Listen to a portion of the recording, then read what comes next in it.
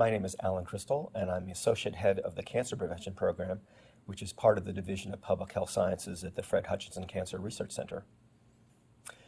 Our study explored whether mindful eating is associated with reduced risk of obesity.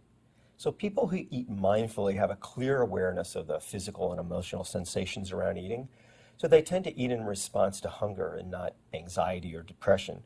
And they also tend to stop eating when they're full instead of continue to eat, for example, because their plate's still full or because the food tastes really good.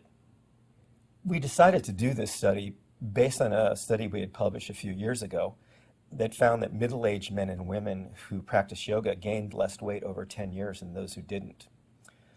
And in general, yoga practice is not associated with burning a lot of calories, so we hypothesized then that it was probably related to the mindfulness skills that you learn as part of yoga. When we practice yoga, even though people sometimes think of it as a very easy practice, there is some mild discomfort when you're practicing. You bring your body to a physical edge that's just a little bit challenging.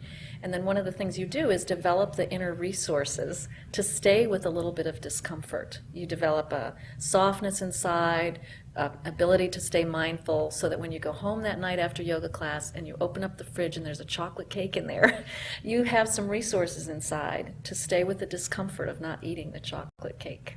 This study builds on the existing evidence in that it confirms our original hypothesis, was that the mindfulness skills that were learned as part of yoga practice included mindfulness in eating, and that this may explain why people who practice yoga tend to gain less weight. Most yoga studios offer classes that are appropriate for people, for example, like me, who are over 40, or for people who are not otherwise physically active. I can make a tentative recommendation that adding yoga to a standard weight loss practice, for example, a commercial practice like Weight Watchers or Jenny Craig, or something you might get from your physician, could really improve the effectiveness of these programs for weight loss and weight maintenance.